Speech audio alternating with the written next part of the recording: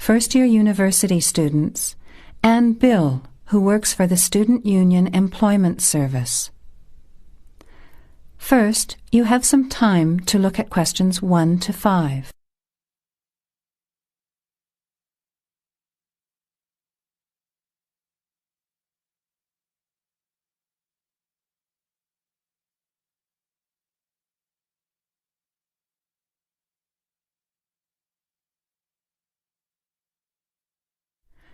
Now, let's begin.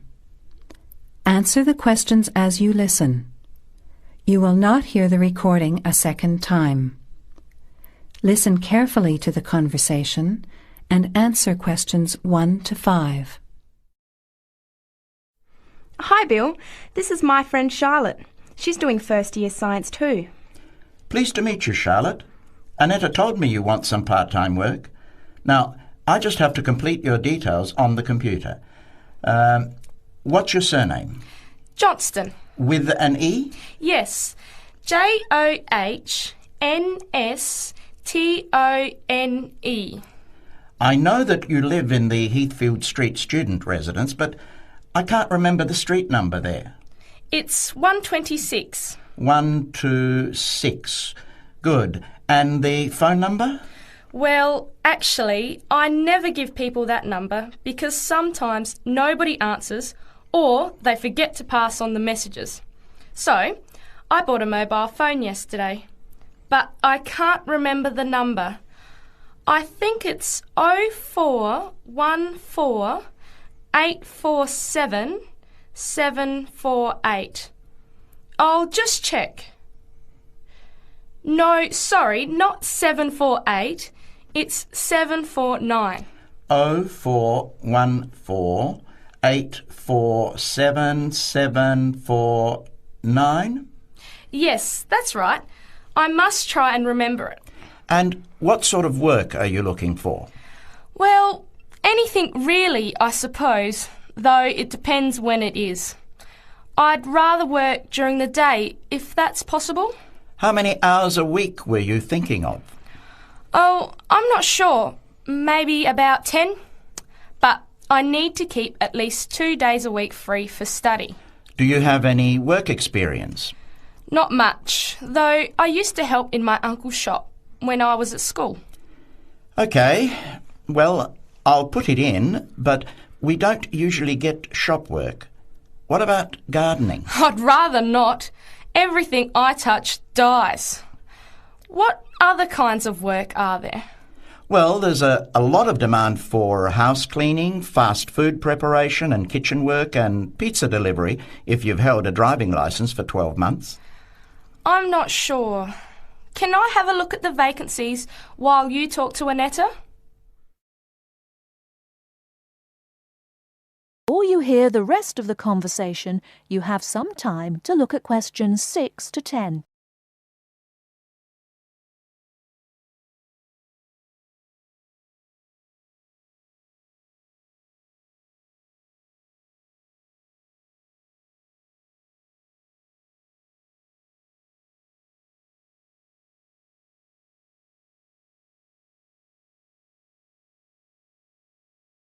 Now listen and answer questions 6 to 10.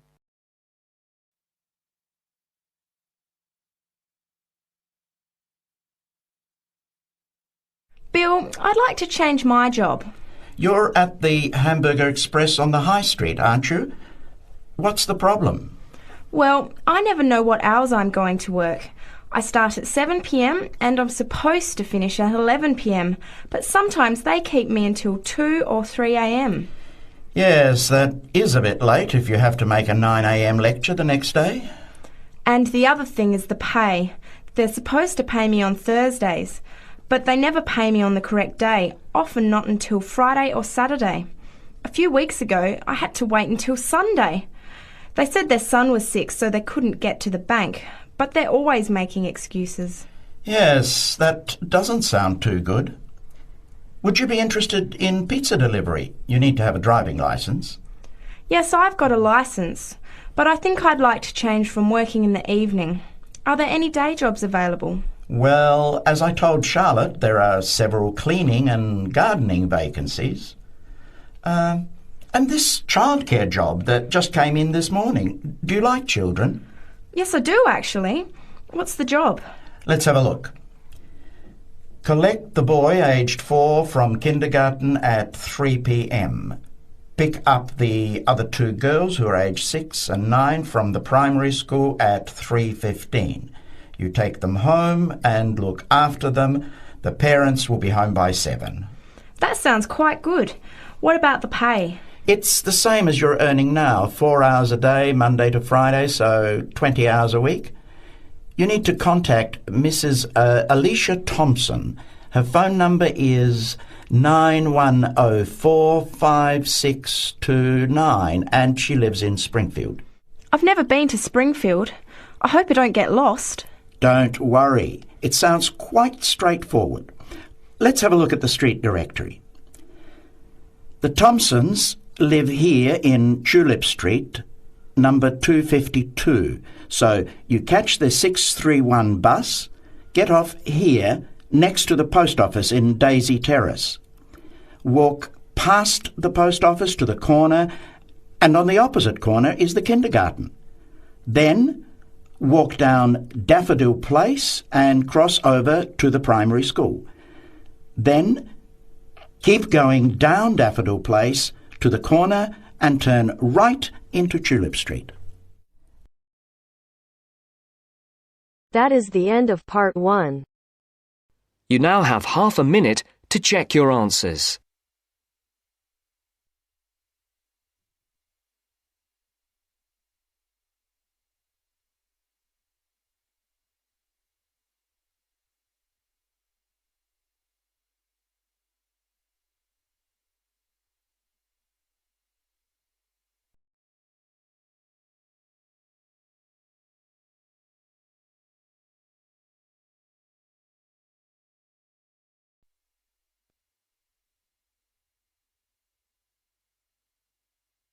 Now turns to part 2.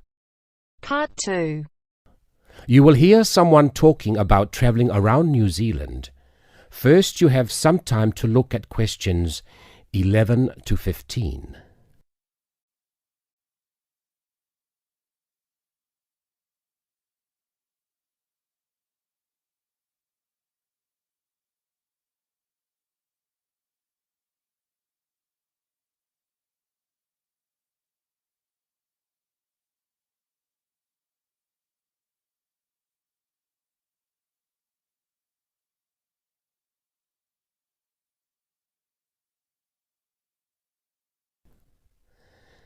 Now listen and answer questions 11 to 15. When thinking about beautiful countryside or stunning views, it has long been accepted that Australia and New Zealand have few equals. What is perhaps slightly less well known is what these countries can offer to the avid train enthusiast. Both countries have railways which pass through breathtaking scenery in the utmost of comfort. In New Zealand, you can travel from the country's biggest city, Auckland, to where a third of the population lives, its capital, Wellington, on the longest passenger rail service in the country, the Overlander. Crossing 681 kilometres, the train winds through the lush farmland of the Waikato and up the Raurumu spiral onto an amazing volcanic plateau surrounded by native bush. On a clear day, you will be able to see 3 of New Zealand's most famous volcanoes, Mount Ruapehu, Mount Ngauruhoe and Mount Tongariro. The whole journey can be completed in 11 hours, but for those keen to see a little more of the country, the trip can be extended over 3 or 4 days. This gives travellers the opportunity of seeing the famous Waitomo caves, relaxing in the mud pools of Rotorua, or skydiving over Lake Taupo.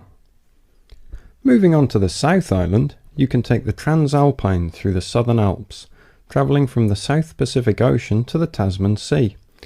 Climbing from Christchurch right into the Alps, this 223-kilometre trip is particularly impressive as the train passes through 16 tunnels before descending to Greymouth at the end of the line.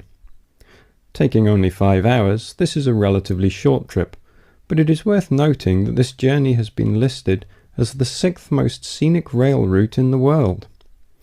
For those that are not so keen on mountains, the South Island has a second option, the Trans-Coastal. With the sea on one side and the mountains on the other, it again shows some of the best scenery New Zealand has to offer. Also taking 5 hours, one of the highlights of this journey is the opportunities for whale watching. The fortunate few that see whales are well rewarded, but there are more common sights which are just as enjoyable, such as penguins and seals.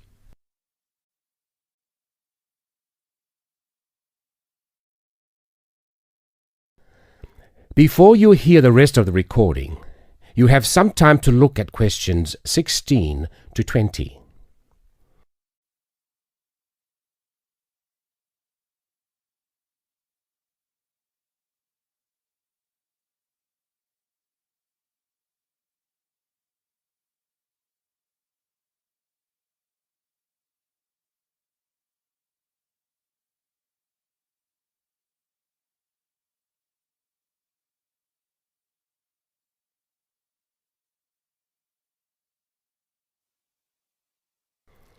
Now listen and answer questions 16 to 20.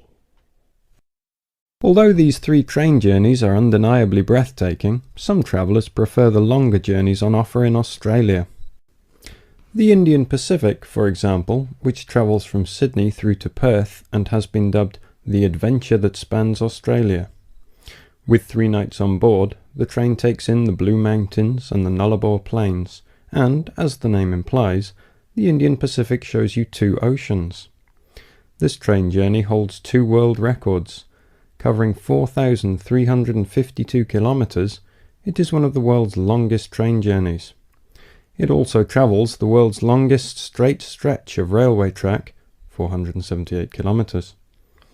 For those who find these distances a little daunting, passengers can stretch their legs at a number of different stops, such as Kalgoorlie, famous for gold, and Broken Hill, first founded as a silver mine.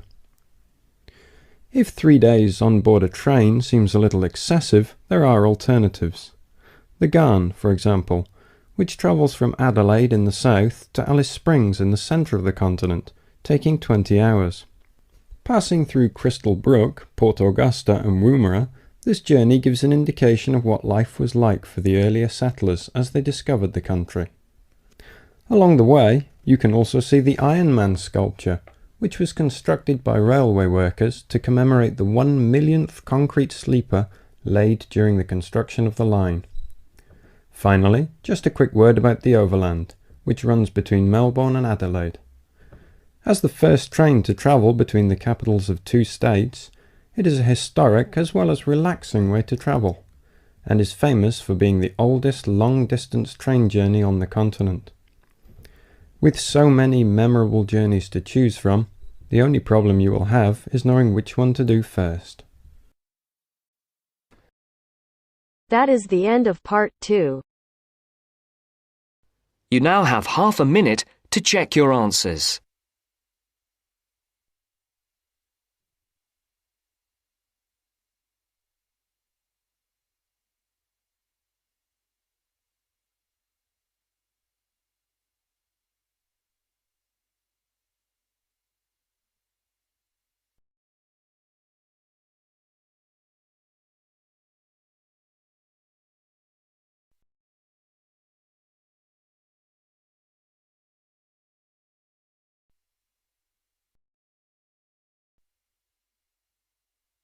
Now turns to part 3. Part 3. You'll hear a tutor and a student talking about the history of the scientific method. First, you have some time to look at questions 21 to 25.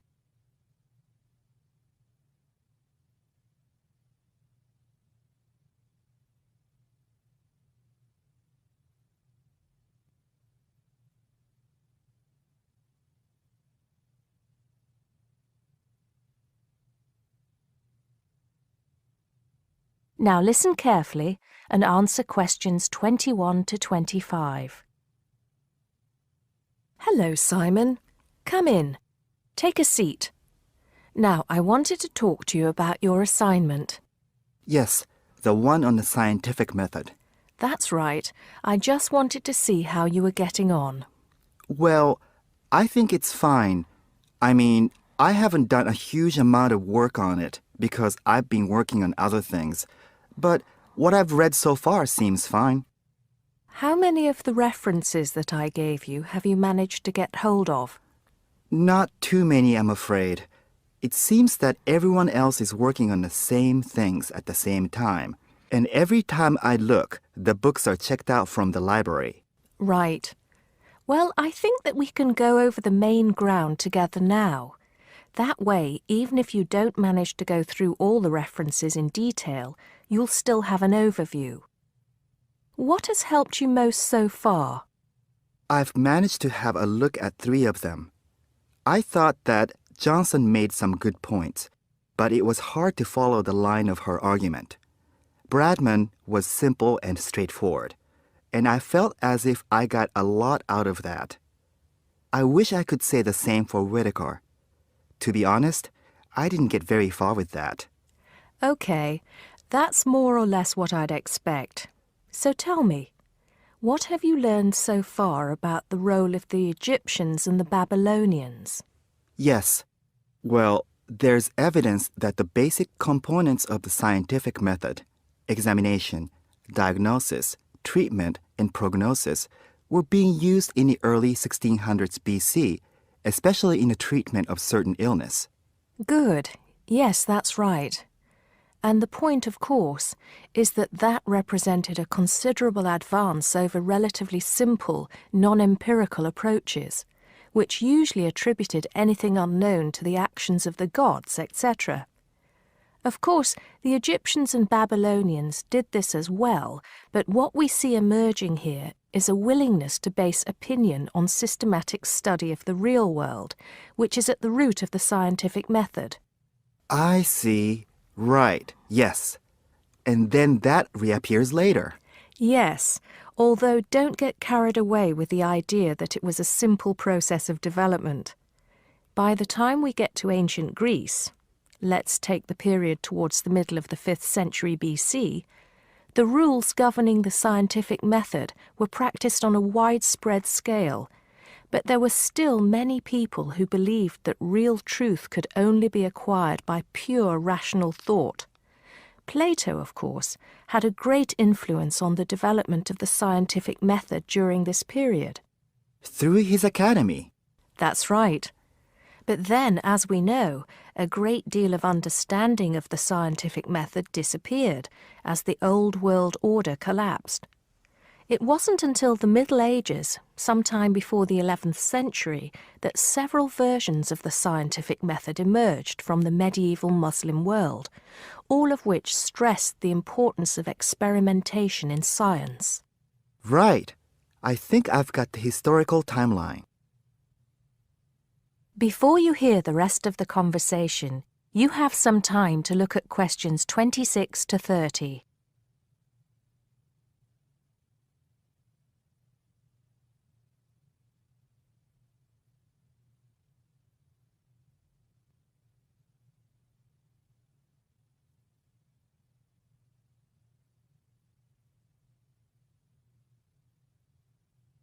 Now listen and answer questions 26 to 30. The other thing I'm struggling with slightly is actually pinning down precisely what we mean by the scientific method. I wonder if you could give me some pointers on that. Sure. Well, it's best to think of the scientific method as a series of steps in a process which allows us to find answers to questions about the world around us. So the first step is to identify the problem. What is it that you want to know or explain? And then I think the next step is designing an experiment. But you can't design an experiment unless you know what you want your experiment to tell you. Oh, yes. You need to form a hypothesis to be tested before you design the experiment. So there's a very clear relationship between hypothesis and experiment. Having designed the experiment, then of course you go on to carry out the experiment. The particular procedure you follow, the protocol, will differ from experiment to experiment, but the underlying principle is the same. You analyse the data from the experiment in order to confirm or disprove your hypothesis. Assuming the experiment is accurate. Oh yes, if there's anything unusual about the data, or if the results are at all surprising, then you need to ask yourself whether the experiment could be flawed and whether the data could be unreliable. If the answer is yes, then it may be necessary to modify the experiment and go through the process again. So, once you have reliable, valid results, then the final step is to communicate them. The wider scientific community needs to know about the results, and publication in journals is the accepted way. okay, I think I've got the basics. It's going to get more complicated as we begin to look at some people who have criticised the scientific method. So you need to make sure that you understand things up to this point. Let me know if you have any further problems with it. That is the end of part 3. You now have half a minute to check your answers.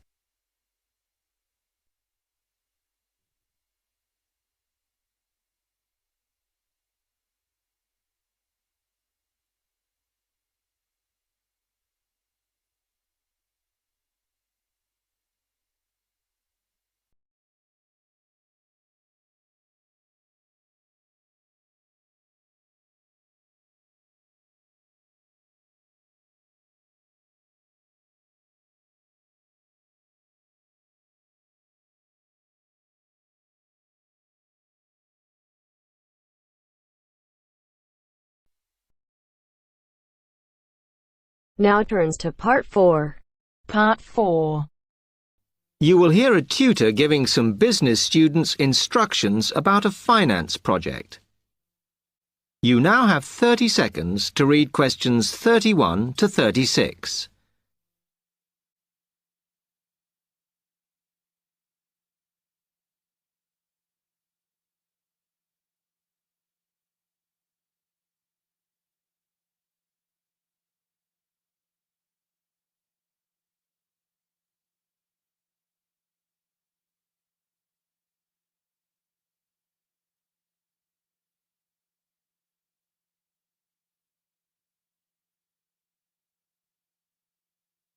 OK, can you quieten down, please? Now, today I'm going to talk to you about your assignment. We've been studying the effects of the exchange rate, so I'm going to give you a project to do on this. Right, can you make some notes while I'm talking? The first thing that I'd like you to do in order to prepare this is to select where you're interested in. I mean, which country, and therefore which currency you're going to be operating in. OK, now the purpose of the project is to make money, and I'm hoping some of you will make a significant amount. So, I want you to suppose that you have £100 that you will have to invest purely in the rises and falls of the exchange system. In other words, you'll be trying to predict rates. This is a project that you'll be doing together, but before you work together, you'll have to go off and research what you need to know about the economy of that country and how well it's doing or is expected to do in the near future. You could all make up a little information sheet with your notes on, clearly legible, because then I want you to get together, we can do that next week, and to go round and read about each other's countries. When you see how well or badly each country is doing, I want you to decide what your exchange rate is going to be against all the other currencies. After that is all sorted, what you're going to do is go round the other students and attempt to sell your money to the others. Remember, this will depend on the success of your country's economy and the rate you fixed for your currency. Now, you're not allowed to just swap currencies with each other, but you may wish to buy from the other countries. But you must do a proper transaction. All the way through this, you must keep your accounts properly for each transaction. I'll give you 1 week to do this, and then we will set a time for the deals to finish, a bit like the stock exchange. And at that point, I will ask you to calculate how much you have made. Is that clear? You now have 30 seconds to read questions 37 to 40.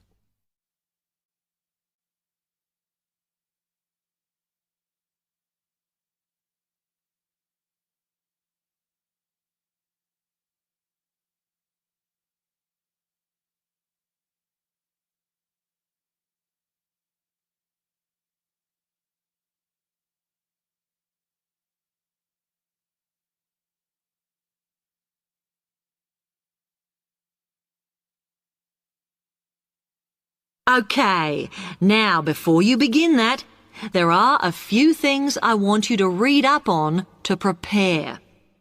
You need to look at the economies of the UK's main trading partners. I don't mean all of them, because that would be over 80, but just the 29 principal ones. There are summaries in the last 3 books on the book list I've given you. And so that you can practice applying the criteria on assessment I gave you, I'd then like you to focus just on one sector across all the countries. The most common one across every country is farming. But as much agricultural produce is for domestic consumption, I'd like you to look at manufacturing.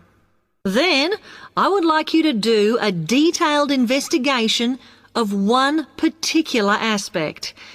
I was going to give you a choice, but I think as we've just started the course, it's better if we all look at the same thing and then we can discuss it in the seminars.